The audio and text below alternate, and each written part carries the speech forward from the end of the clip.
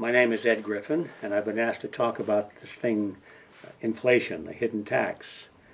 And I think it's important for people to know that although inflation is very simple in concept, it can be very complicated in terms of seeing how it moves into the economy and how it affects us individually. It's important to know that there are two phases that you have to understand with inflation. First of all, the money is created out of nothing. That's the first thing to understand. And who does that? Well, the Federal Reserve in the United States is the agency the institution that's empowered to create money literally out of nothing and to loan it into existence. And that loaning process goes through two stages. The first stage is when they loan it to the government. They create it out of nothing, and then they loan it to the government, and the government gives them bonds and treasury notes and bills and that kind of thing, IOUs in other words. But this money was created out of nothing, and it's loaned to the federal government, and that inflates the money supply.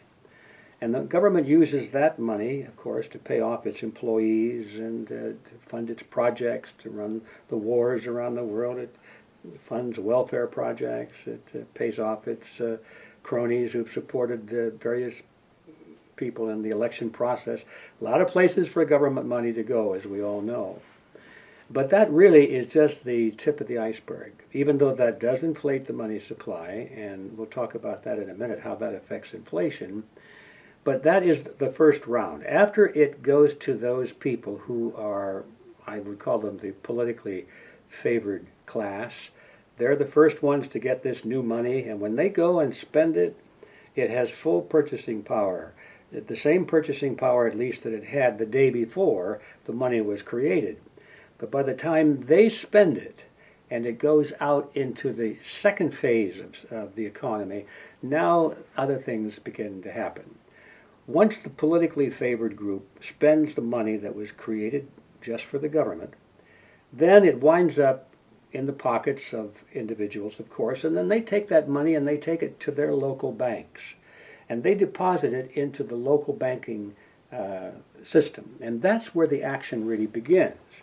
Because once the money is deposited into the commercial banks, now the banks themselves have this authority, granted by the Federal Reserve again, to multiply that money. They actually can create money of their own. The banks themselves create money at a ratio of at least 9 to 1.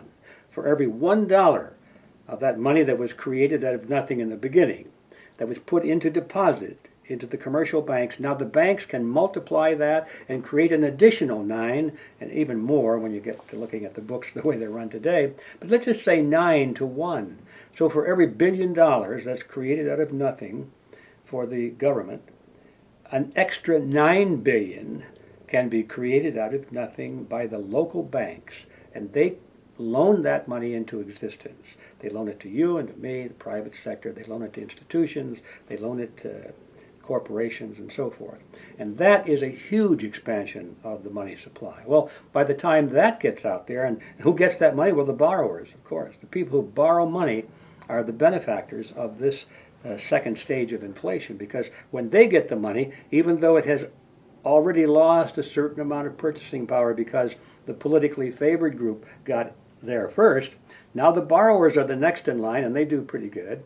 But by the time the borrowers spend it, and let's say they're borrowing it for a new car, and then they give it to the car dealership, and the car dealership pays the salesman, or they pay the grocery bill and so forth. By the time it gets down to where the common man is, it takes time.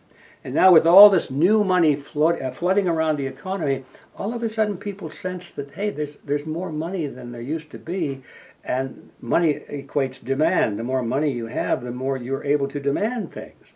If you've only got $50 in your pocket, you can't demand very much. But if suddenly you've got $5,000 in your pocket, now you go out and say, gee, I think I'm going to buy a really nice necklace for my wife. I'm going to buy maybe another car. I'm going to upgrade the living room, or whatever you're going to do to start spending money because you got the money, and that's called demand. Well, when the demand increases, when you increase the money supply, but the supply of the goods and services doesn't increase. And so you've got an expansion of demand, constant supply, and that means that the prices go up because the sellers of a good or a service are taking advantage of that. If somebody is bidding for their limited supply, I like to use the example of a house. If all of a sudden people have got a lot of easy money that they can borrow from the government, it's all government loans and guarantees, and so the banks and lending institutions are lending the money out, creating the money and lending it, because it doesn't cost them anything to create this money. It's free, comes out of nothing, and they're going to collect interest on nothing, so they like that deal. So now all these lending institutions are making credit very easy, which means they're lowering the interest rates and enticing people in to borrow the money, not realizing that the money doesn't even exist until they borrow it. But anyway, by lowering interest rates and creating new money, that creates new demand for houses, right? So now people go out and they'll contract for a new house. Well, the same number of contractors are out there, the same number of builders and plumbers and roofers, and all of a sudden this increased demand comes in, and these guys can't build houses enough to meet the demand. So what do? They start raising the prices, don't they?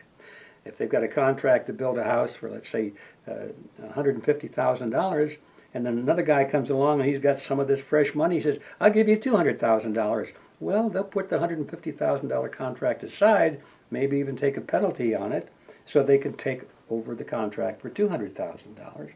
And hence the price of housing goes up, the price of groceries goes up, the price of automobiles goes up. So that, in a nutshell, is how this inflationary process works. You expand the money supply at a rate faster than the expansion of goods and services. And when that happens, the prices appear to go up.